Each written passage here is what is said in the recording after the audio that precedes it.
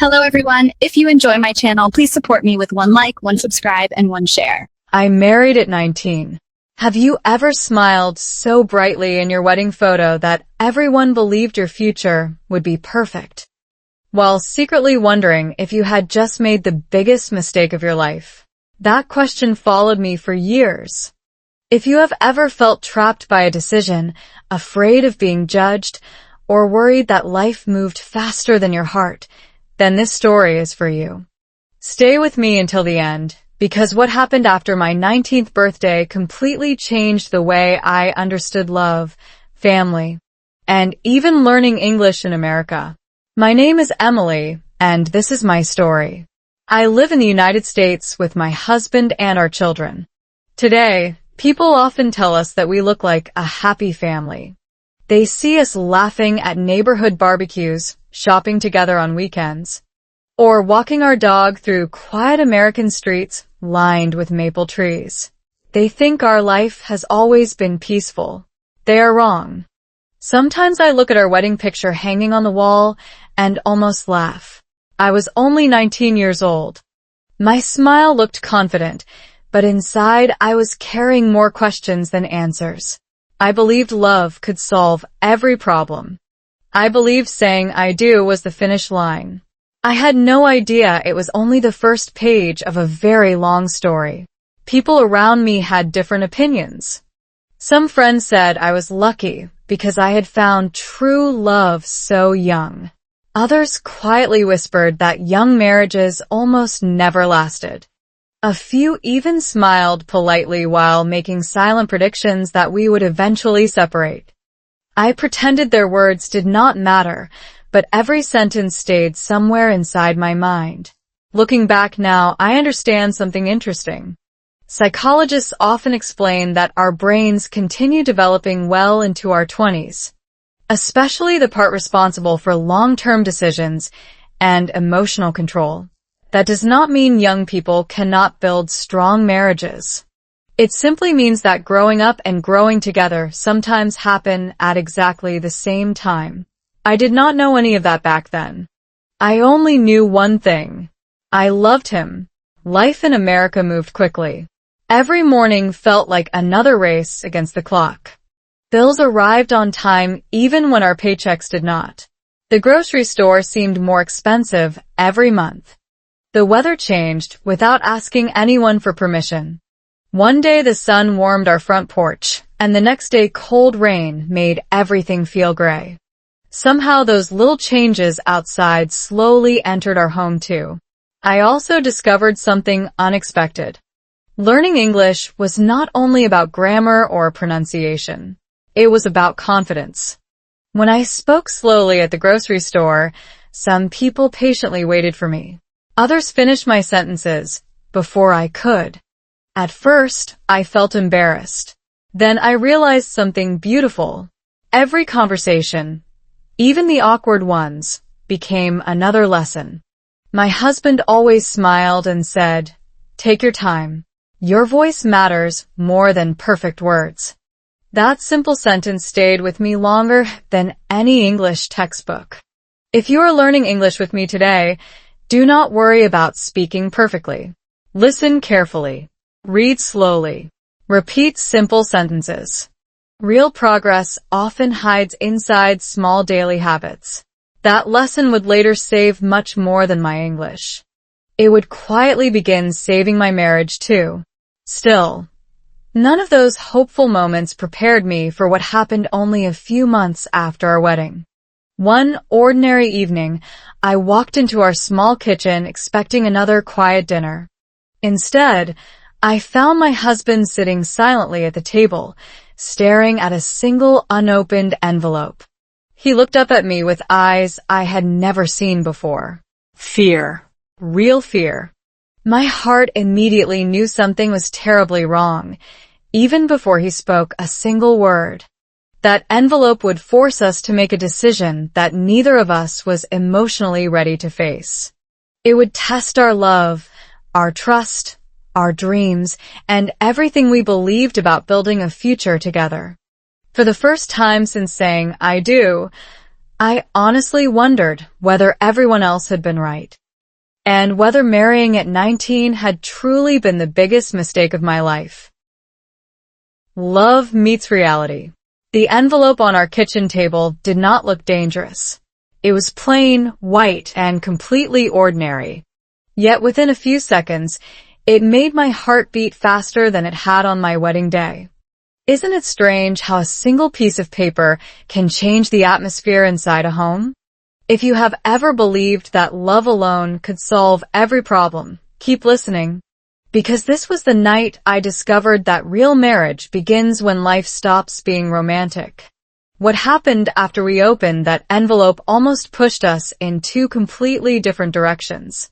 I slowly sat across from my husband without saying a word. He slid the envelope toward me with shaking hands. Inside was an unexpected notice about a financial obligation we had completely overlooked while planning our future together. It was not the largest amount of money in the world, but for two young people just beginning married life, it felt enormous. I looked at the numbers again and again, hoping they would somehow become smaller. They never did. The silence between us grew heavier than any argument. Outside our kitchen window, children were still riding bicycles through the neighborhood. Neighbors were walking their dogs. And life looked perfectly normal. Inside our house, however, everything suddenly felt uncertain. I remember thinking that adulthood had arrived without knocking on the door. Until that evening, I believed marriage was mostly about love, flowers, laughter, and dreaming together. That night taught me that marriage was also about difficult conversations, unexpected bills, and choosing whether to stand together when fear entered the room. Research in relationship psychology often shows that financial stress is one of the biggest sources of conflict for couples. Not because money is everything, but because pressure changes the way people communicate. Looking back, I understand exactly what those researchers meant. We were not fighting over dollars. We were fighting our own fears. My husband quietly blamed himself for not planning better. I secretly blamed myself for believing everything would somehow work out without preparation. Neither of us wanted to admit how frightened we really were. Instead, we both smiled politely while carrying invisible anxiety. It is amazing how two people can love each other deeply and still misunderstand each other's silence. That week became one of the longest weeks of my life. We canceled small plans, cooked inexpensive meals at home, and carefully tracked every dollar we spent. Even buying coffee suddenly felt like a luxury. One afternoon, while standing in line at a grocery store, I accidentally mispronounced the word receipt. The cashier smiled kindly and repeated it slowly for me. I smiled back and repeated the word correctly. It lasted only a few seconds, but it reminded me that learning English worked exactly like rebuilding confidence. Nobody became fluent overnight. Nobody built a strong marriage overnight either. Both required patience, mistakes, practice, and the courage to keep showing up every single day. While folding laundry, I repeated useful sentences. Sometimes my husband laughed with me when I pronounced something incorrectly, but he never laughed at me. There was a big difference. His encouragement slowly became stronger than my embarrassment. We even turned simple conversations into little English practice sessions. Instead of feeling like homework, they became tiny moments of connection after long, stressful days.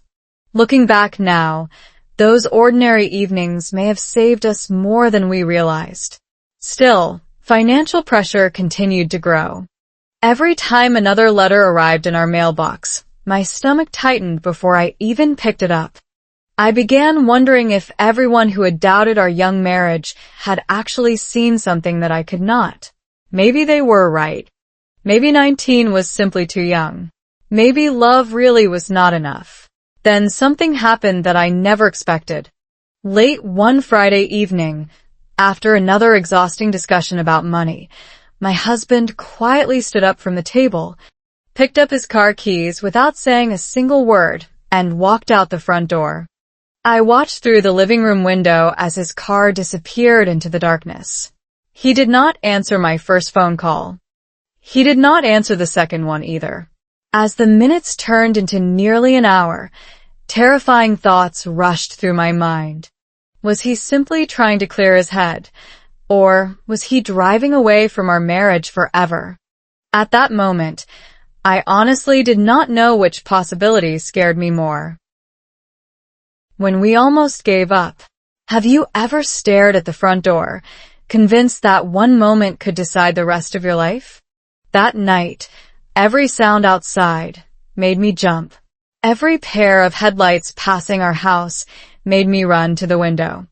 I kept asking myself one terrifying question: was my husband coming home? Or had my marriage quietly ended without a single goodbye? What happened over the next few hours changed me forever, and it had nothing to do with money alone. I stood in the living room holding my phone so tightly that my hands started to hurt. I called him again. No answer. I sent a short message. Are you okay? Then another. Please come home. The screen stayed silent. Outside, the quiet American neighborhood looked exactly the same as it always had. A family across the street was watching television. Someone nearby was walking a golden retriever before bedtime. The world kept moving as if nothing important had happened. Meanwhile, inside my house, my thoughts were louder than any storm. It is amazing how quickly fear creates stories that are not real. Within 30 minutes, my mind had imagined every possible ending. Maybe he was angry. Maybe he wanted space. Maybe he regretted marrying me. Maybe he had realized everyone else had been right about us being too young. Psychologists call this catastrophic thinking, when the brain automatically jumps to the worst possible conclusion during stressful situations. Looking back, I can smile at how dramatic my imagination became. But that night, every frightening thought felt completely believable. Instead of sitting quietly, I walked into the kitchen and made myself a cup of tea I never drank. I opened one of my English practice books, hoping the familiar words would calm me down. The first sentence on the page read, "Take one step at a time." I almost laughed through my tears. It sounded like such simple advice, yet it was exactly what I needed. So I began reading aloud, slowly and clearly. One sentence, then another. My voice trembled at first, but with each paragraph my breathing became steadier. I realized that learning English had quietly taught me something much bigger than vocabulary. Progress never came from panic. It came from patience. About an hour later, I finally heard a car pull into the driveway. Relief rushed through my body so quickly that my knees felt weak. I opened the front door before he even reached it. He looked exhausted. His eyes were red, and for a moment neither of us spoke. Then he surprised me. Instead of walking past me, he wrapped his arms around me and whispered, "I'm sorry. I didn't know how to tell you how scared I was." Those words broke something inside me, but not in a bad way. Until then, I had believed I was the only one carrying fear. I thought I had to stay strong while he stayed confident. The truth was much simpler. We were both pretending. He believed he was supposed to have every answer. I confessed that I had been silently wondering whether marrying at 19 had ruined both of our lives. We looked at each other and realized we had been fighting the same invisible enemy all along: fear. Relationship experts often say that couples do not grow closer by avoiding difficult conversations. They grow closer by surviving them together. That night became our first truly honest conversation since our wedding. We stopped pretending everything was fine.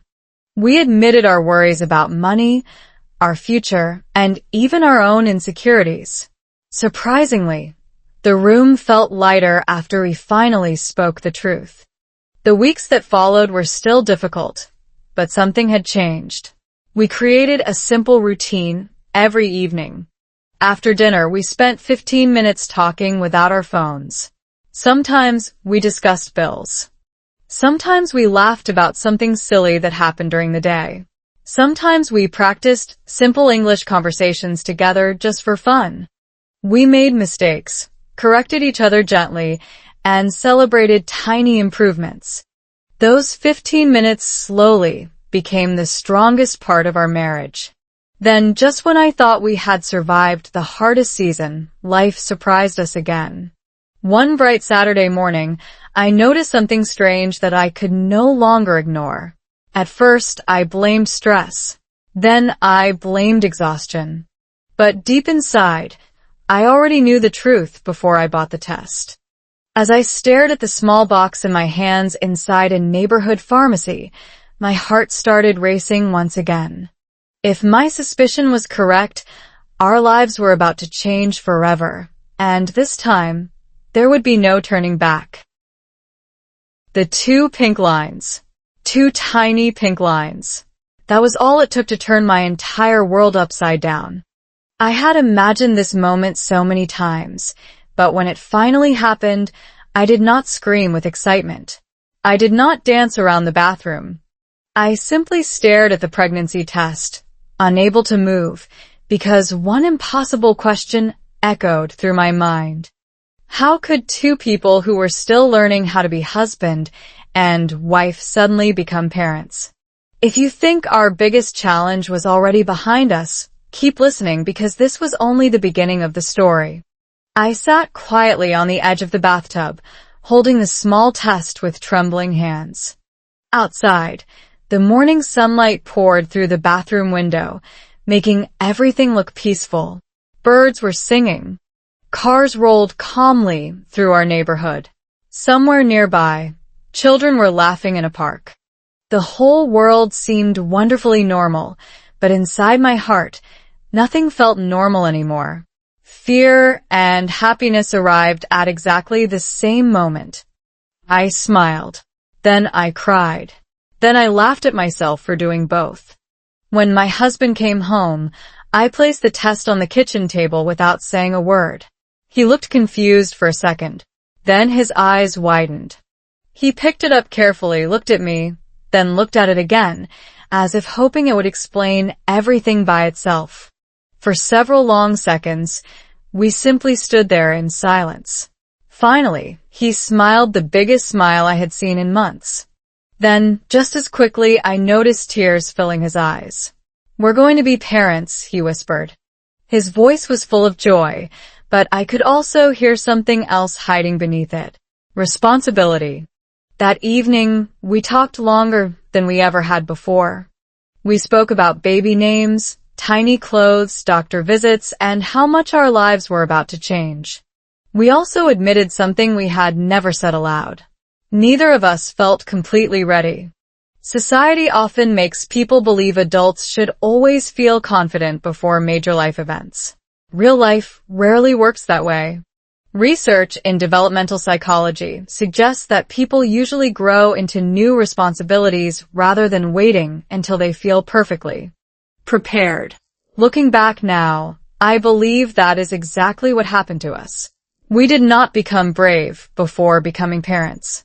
We became brave because we were becoming parents. Our daily routine slowly began to change.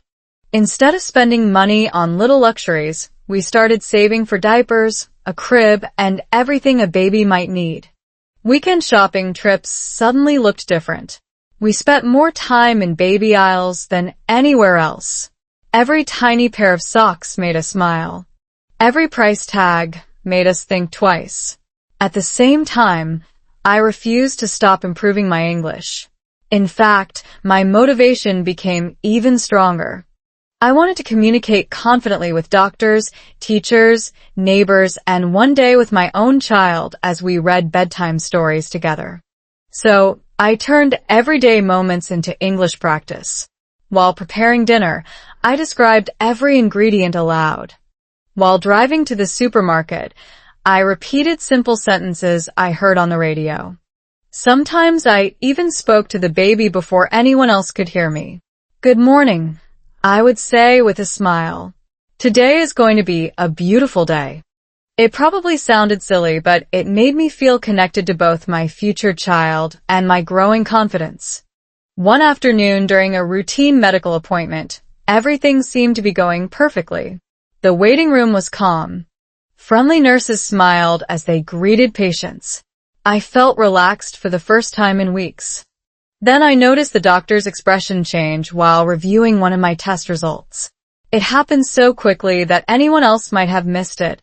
A tiny pause, a serious look, then a gentle smile that did not quite reach his eyes. My heart immediately began racing. He asked us to move into another room because he wanted to discuss something in private. My husband squeezed my hand so tightly that I could feel his own nervousness. The doctor sat down across from us, took a slow breath, and said, "There is something we need to monitor very carefully."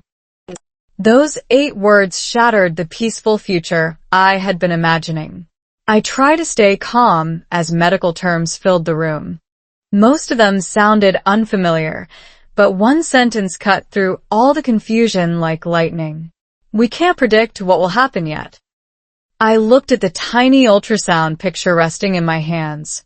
Only moments earlier, it had been the happiest image I had ever seen.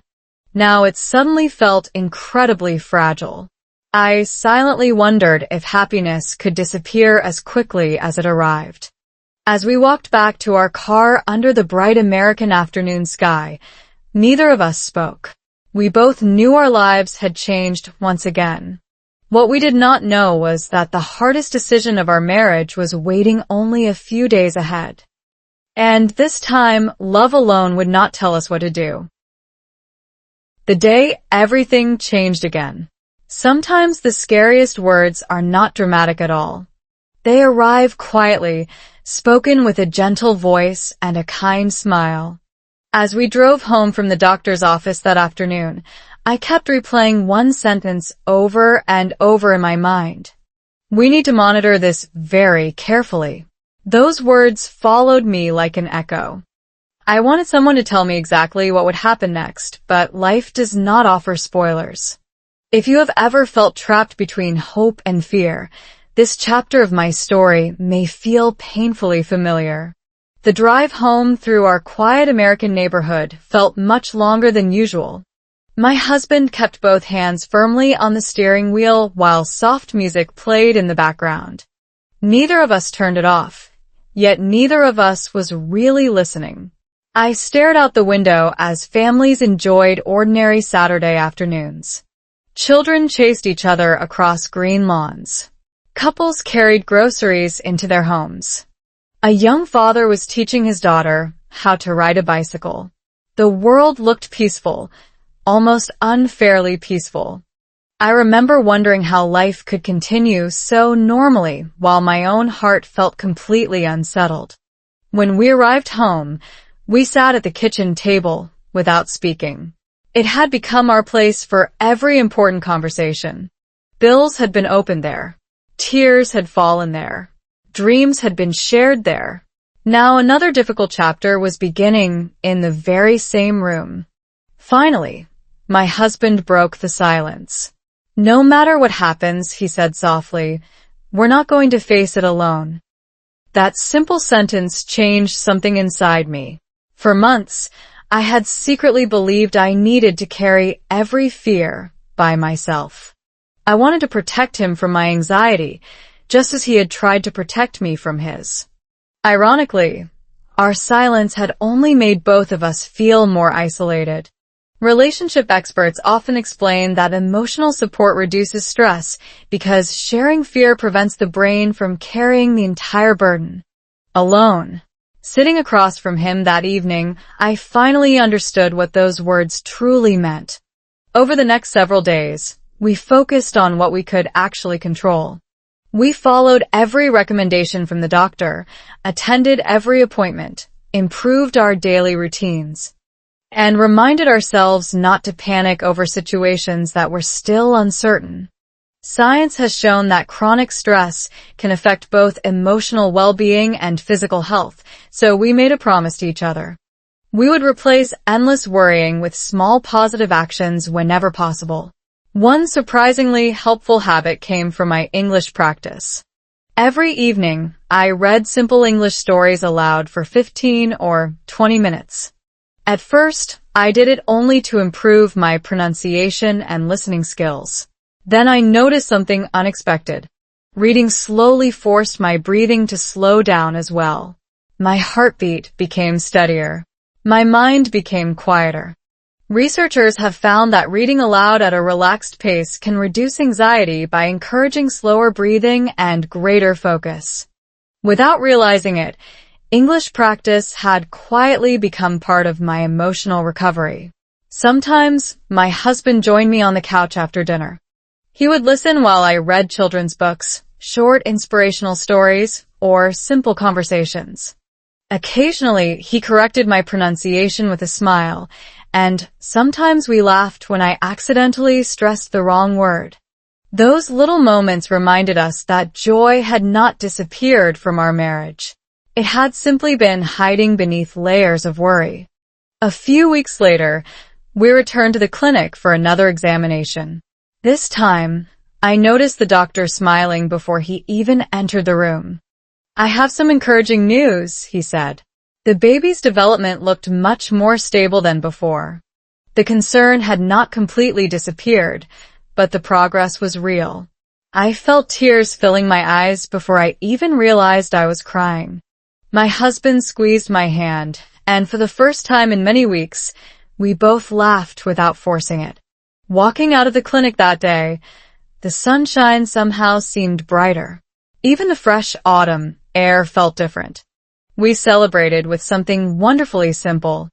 Instead of an expensive dinner, we bought ice cream from a small neighborhood shop and sat together on a park bench watching families enjoy the afternoon. It was one of the happiest moments of our young marriage because we finally understood that happiness rarely arrives through perfect circumstances.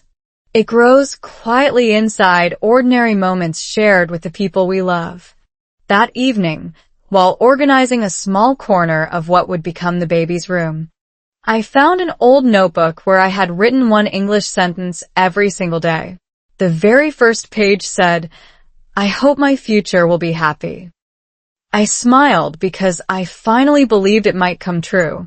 But just as I closed the notebook, my phone rang. The caller ID showed the hospital. It was late. Far too late for a routine call.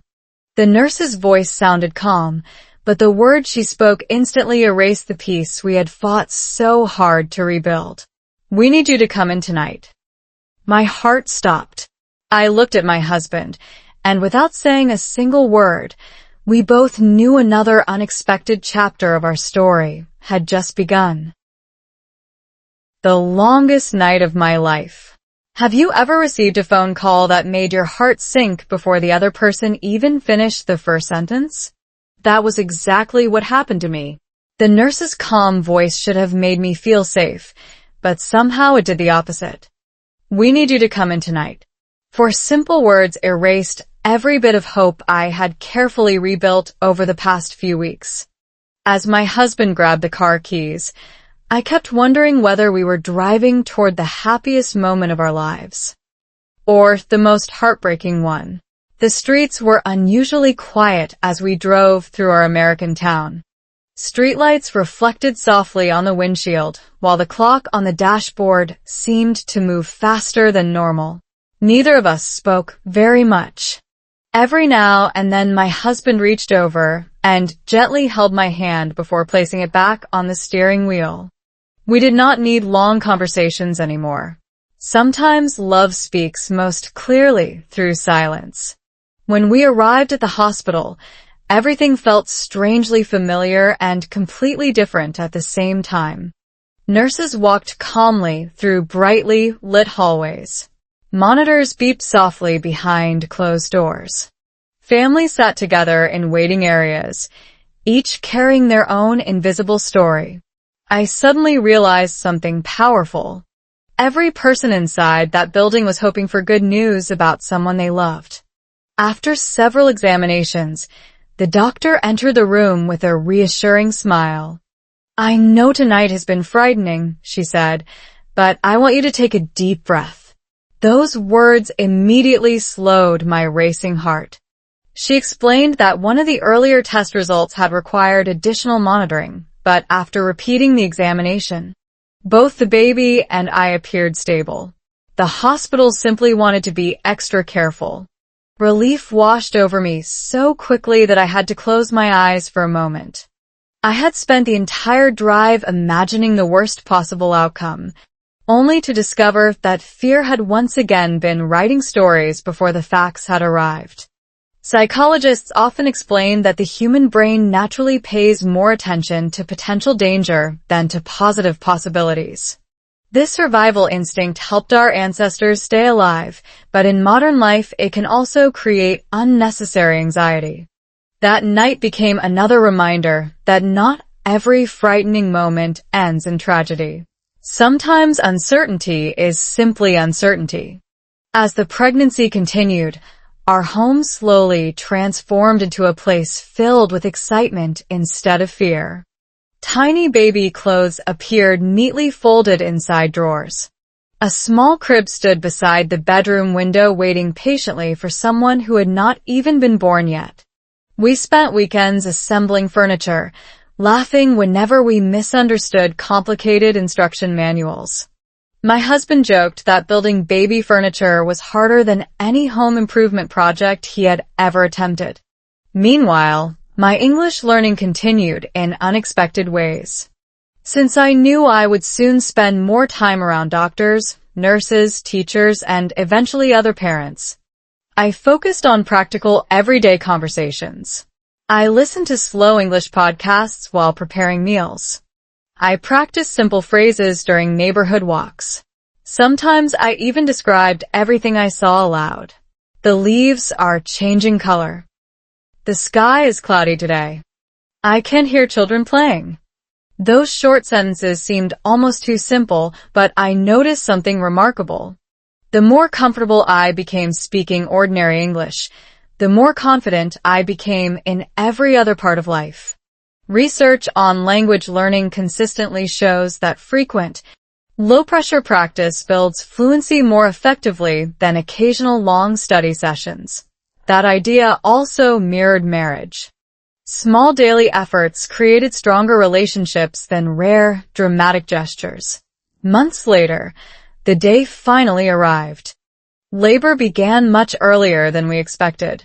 At first, I thought the discomfort would disappear after a little rest. It didn't. Within an hour, we were driving back to the same hospital, this time with excitement replacing uncertainty. My husband kept trying to make me laugh between contractions by reminding me of our first awkward grocery shopping trip together and the time I confidently pronounced an English word completely wrong in front of half the neighborhood. I laughed. Then immediately reminded him that laughing during contractions was not nearly as fun as he seemed to think. The hours felt endless. Then suddenly everything happened very quickly. One final push. One breathtaking second of complete silence. And then, the sweetest cry I had ever heard filled the room. My tears came before I even saw our baby. The nurse gently placed our tiny child into my arms, and in that single unforgettable moment, every difficult conversation, every financial struggle, every sleepless night, every fearful appointment suddenly felt worth surviving. My husband looked at me with tears streaming down his face. We did not say much because there were no perfect words for a moment like that. I honestly believed the hardest chapter of our lives was finally over. I could not have been more wrong. Because only a few months after bringing our beautiful baby home, an unexpected knock on our front door would introduce a challenge neither of us had ever imagined. One that threatened not only our confidence as parents, but the peaceful future we had fought so hard to build. The knock that changed everything. There is something unsettling about an unexpected knock on your front door. It interrupts ordinary life before you even know whether the news waiting outside is good or bad. On that quiet Tuesday afternoon, I almost ignored it because our baby had finally fallen asleep after nearly an hour of crying. If I had waited just one more minute to answer, I often wonder whether my life would have unfolded differently. What happened next forced me to stop hiding behind fear and become the woman I had never believed I could be. I carefully opened the door, trying not to wake the baby.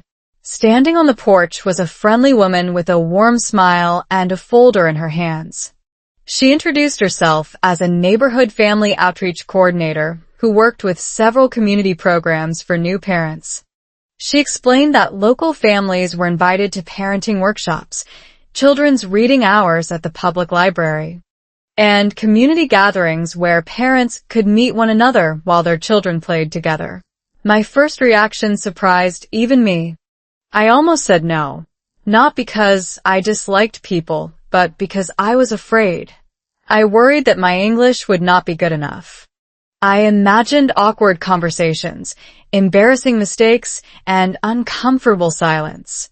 Fear has an interesting way of disguising itself as convenience. It whispers, "Just stay home. You'll go next time." Fortunately, the woman smiled and said something that stayed with me for years. "You don't have to speak perfectly," she said. "You just have to come." Those words sounded almost identical to something my husband had told me long ago.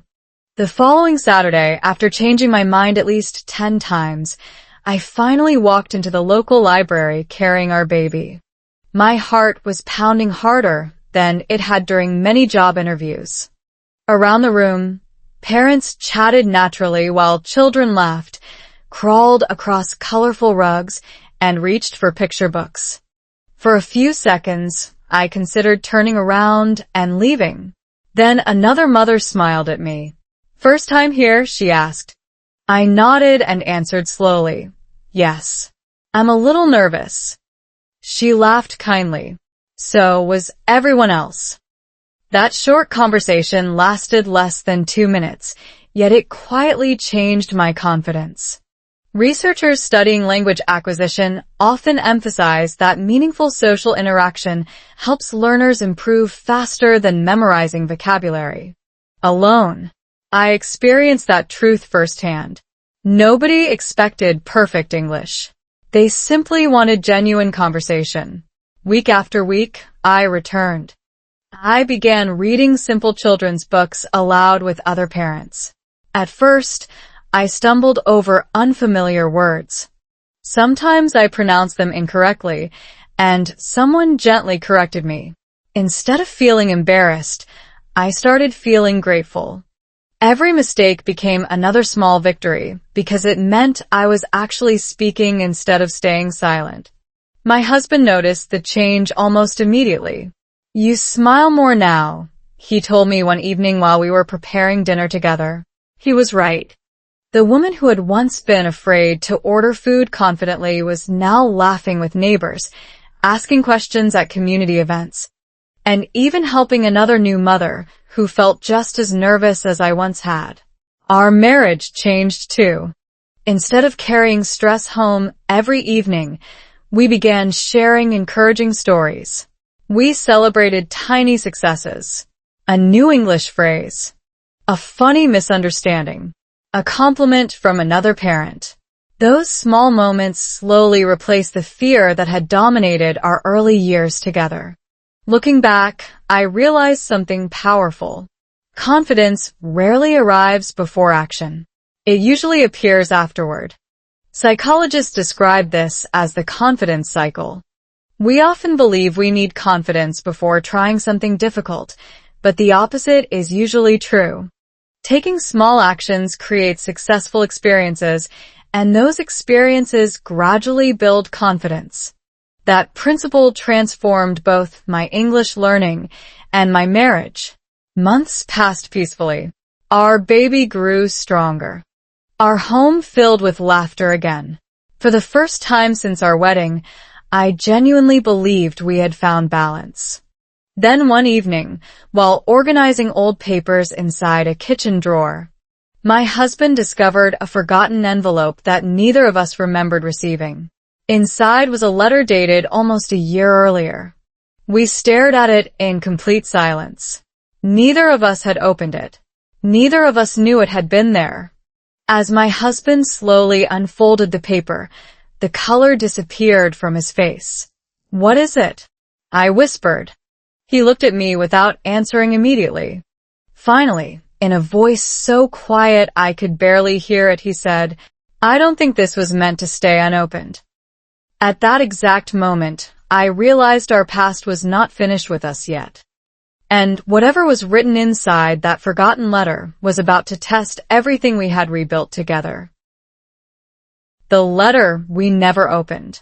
How could one forgotten envelope survive almost a year inside our own kitchen without either of us noticing it? I asked myself that question over and over as my husband slowly unfolded the letter with trembling hands. It wasn't just a piece of paper anymore.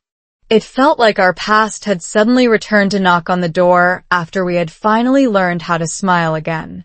What was written on those pages forced us to confront a truth we thought we had already left behind. For a few long seconds, neither of us spoke. Our child was asleep upstairs, the dishwasher hummed quietly in the background, and the evening looked completely ordinary. Then my husband began reading. The letter explained that there had been an error related to one of our earlier financial accounts. According to the notice, additional information had been requested months ago.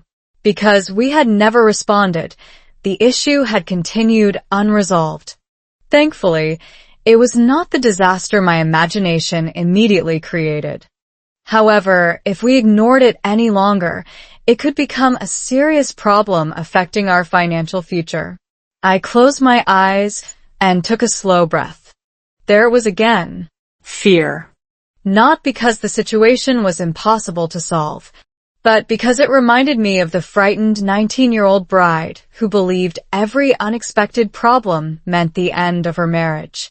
My husband looked at me and quietly smiled. "We've handled harder things than this."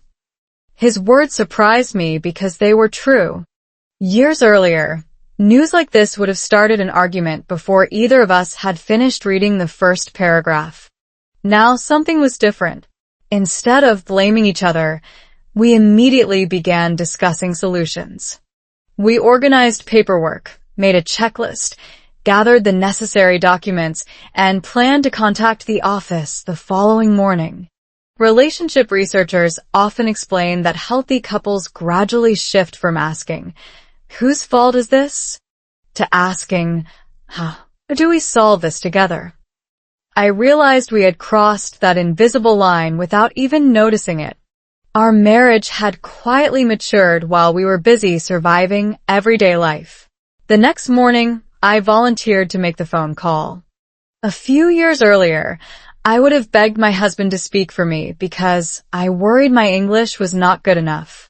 This time, although I still felt nervous, I dialed the number myself. When the representative answered, I spoke slowly. "Good morning. I received a letter, and I need some help understanding it." To my surprise, the conversation went smoothly. Whenever I needed clarification, I politely asked the person to repeat something. She patiently explained every step. By the end of the call, the issue already seemed much smaller than the frightening story I had invented the night before. That experience taught me another valuable lesson for learning English. Fluency is not about knowing every word. It is about having enough confidence to keep communicating even when you do not know every word. Later that afternoon, I shared the experience with another mother during our library reading group. She laughed and admitted that she still asked people to repeat themselves sometimes, even though English was her first language. That made me laugh too. Perhaps communication had never been about perfection. Perhaps it had always been about connection. Life slowly returned to its comfortable rhythm. Weekend breakfasts became family traditions. Evening walks through our neighborhood became longer because our child wanted to stop and wave at every friendly dog we passed. We filled our home with books, laughter, and simple conversations. Looking around the dinner table one evening, I suddenly realized something incredible.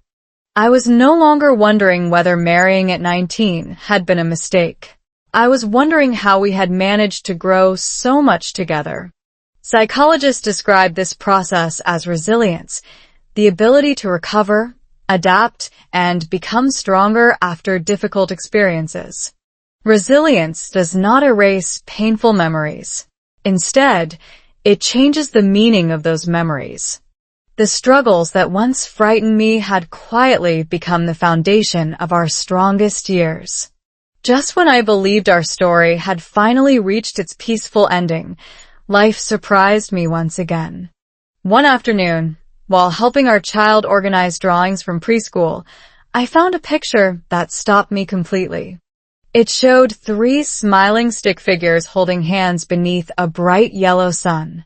Above them, written in careful little letters, was one simple sentence. My mommy almost gave up, but she stayed. I stared at those words, confused. I had never told our child that part of my story. I slowly turned the paper over. On the back was a short note from the teacher asking if she could speak with us privately after school the next day. As I folded the drawing and slipped it into my bag, I felt that familiar knot return to my stomach. What had our child said at school? And why did the teacher seem so concerned? Was marrying young really my biggest mistake? What if the sentence that frightened me the most did not come from a doctor, a bank, or an unopened letter, but from my own child? As I held that simple drawing in my hands, my heart raced faster than it had in years. My mommy almost gave up, but she stayed. Those words were far too deep for a young child to invent without a reason. Had my child seen something I thought I had successfully hidden?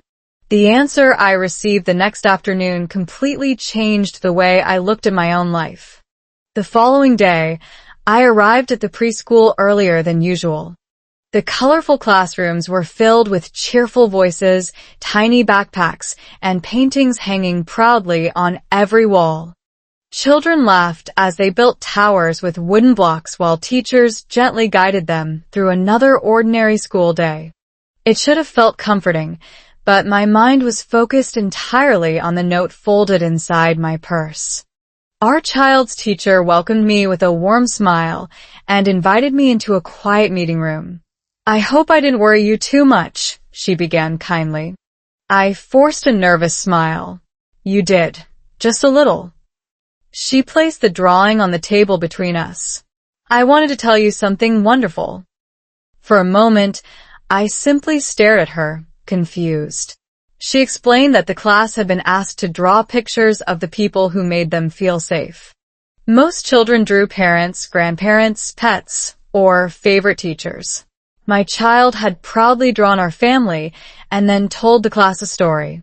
According to the teacher, my child had said, "My mommy tells me that even when life is hard, we don't stop loving people. We stay together." Tears immediately filled my eyes. The teacher smiled gently.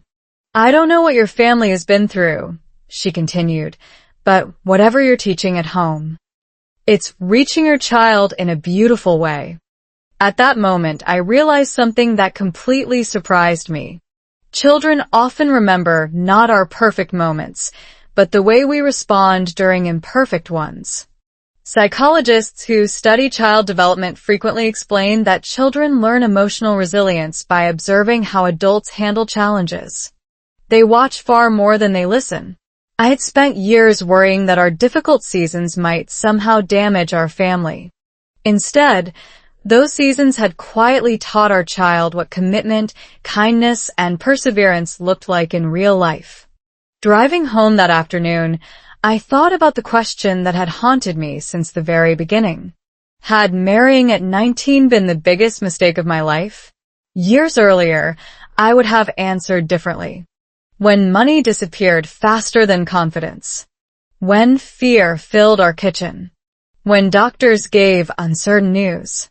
when I doubted my English, when I questioned my own future. Every one of those moments had convinced me that I had chosen the wrong path. Now I finally understood something I could not have understood at 19. The mistake had never been marrying young. The real mistake would have been believing difficult seasons meant the story was over. Life had not become easier because we were lucky. It became better because we slowly became different people. My husband and I learned to listen before reacting. We learned to ask for help without feeling ashamed. We learned that saying "I don't know" could be the beginning of wisdom instead of failure. Even my English journey reflected that same truth. I still made mistakes. Sometimes I searched for words. Occasionally, I misunderstood conversations. But I no longer measured success by perfection. I measured it by progress. That simple shift changed everything. One evening, while our family was eating dinner together, my husband smiled at me across the table. "You know," he said, "if we could meet our 19-year-old selves today, I think we'd tell them to stop worrying so much." I laughed. No, Ian Schwartz. I think we'd just tell them to keep going. We both smiled because we knew it was true. Our younger selves had desperately wanted guarantees. Life had given us growth instead. As the sun slowly set outside our dining room window, I felt a quiet peace that had taken years to earn. I honestly believed our story had finally reached its conclusion. Then my phone vibrated with a message from someone whose name I had not seen in a very long time. It was one of the friends who had attended our wedding years earlier. The message contained only one sentence. "I owe you an apology. Can we meet tomorrow?" I stared at the screen. Why now? What had happened after all these years that made an old friend suddenly reach out? I had no idea that the conversation waiting for me the next day would become the perfect ending to a story that had begun with one frightening question. Was marrying too young really my biggest mistake? The answer I had been chasing. What if the people who once doubted you eventually became the ones who admired your courage? I never expected the final chapter of this story to begin with a simple text message from someone I had not spoken to in years. As I drove to a small coffee shop on a cool autumn morning, I was not looking for an apology. I was looking for closure. What happened during that conversation finally answered the question that had followed me since I was 19. Was marrying too young really the biggest mistake of my life? The cafe was quiet, filled with the comforting smell of fresh coffee and soft conversations. Through the large windows, I watched people hurrying to work while colorful autumn leaves drifted across the sidewalk. A few minutes later, my old friend walked in. We smiled politely before sitting down across from each other. For a moment, neither of us knew how to begin. Finally, she spoke. "I've wanted to say this for a long time," she said. "When you got married at 19, I honestly thought your marriage wouldn't last." Her honesty surprised me. She continued before I could answer. "I wasn't trying to be cruel. I just believed you were too young. I thought love would disappear as soon as real life became difficult." I smiled softly because, in many ways, she had described exactly what I used to fear. Then she looked directly into my eyes. "But every time I saw your family over the years, I realized something." She paused for a second. "You didn't have a perfect marriage. You built a strong one." Those words stayed with me long after we left the cafe. On the drive home, I thought about every chapter of my journey. The unopened envelope, the frightening hospital visits, the sleepless nights, the financial stress, the small English conversations that once terrified me, the evenings when my husband and I almost stopped believing in ourselves. None of those moments had disappeared. They had simply become part of a much larger story. Psychologists often describe meaning-making as one of the most important parts of emotional resilience. Difficult experiences do not automatically strengthen people. Growth happens when we choose to learn from them instead of allowing them to define us. Looking back, I realized that every challenge had quietly prepared me for the next one. My marriage had not survived because we avoided problems.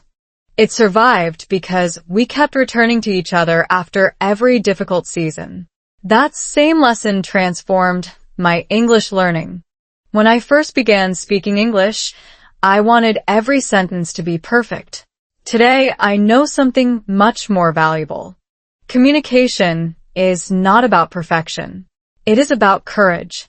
Every conversation, every pronunciation mistake, every new word became another reminder that progress belongs to people who keep showing up. If you are listening to this story because you are learning English, I hope you remember that. Read slowly. Listen carefully. Speak bravely. Do not wait until you feel ready. Confidence usually arrives after the first step, not before it. When I arrived home, my husband was helping our child finish a simple homework assignment at the kitchen table. They both looked up and smiled as I walked through the front door. For a moment, I stood there quietly. Years earlier, I had looked at that same kitchen table with fear. Today, I looked at it with gratitude. It had witnessed our tears, our laughter, our disagreements, our dreams, our financial struggles, our English practice, and countless family dinners. It had quietly watched two inexperienced young people grow into partners, then parents, and finally into the family we had always hoped to become. That evening, after our child had gone to bed, my husband asked me the same question that had started this entire journey. So, he smiled. Was marrying at 19 the biggest mistake of your life? I looked around our home. I saw family photographs covering the wall. I heard our child laughing softly in another room while talking in both English and the language we speak together at home. I reached across the table and held my husband's hand. Then but it became the most beautiful story I ever lived. And maybe that is the lesson life was trying to teach me all along. The happiest endings are rarely written by perfect beginnings. They are written by ordinary people who choose not to give up on each other. If my story has encouraged you today, I hope it also encourages you to keep practicing English one small step at a time. Every page you read, every sentence you repeat, and every mistake you make is moving you closer to the person you are becoming. That's all for today. I'll create many more stories like this in the future. Please subscribe so you don't miss the next one.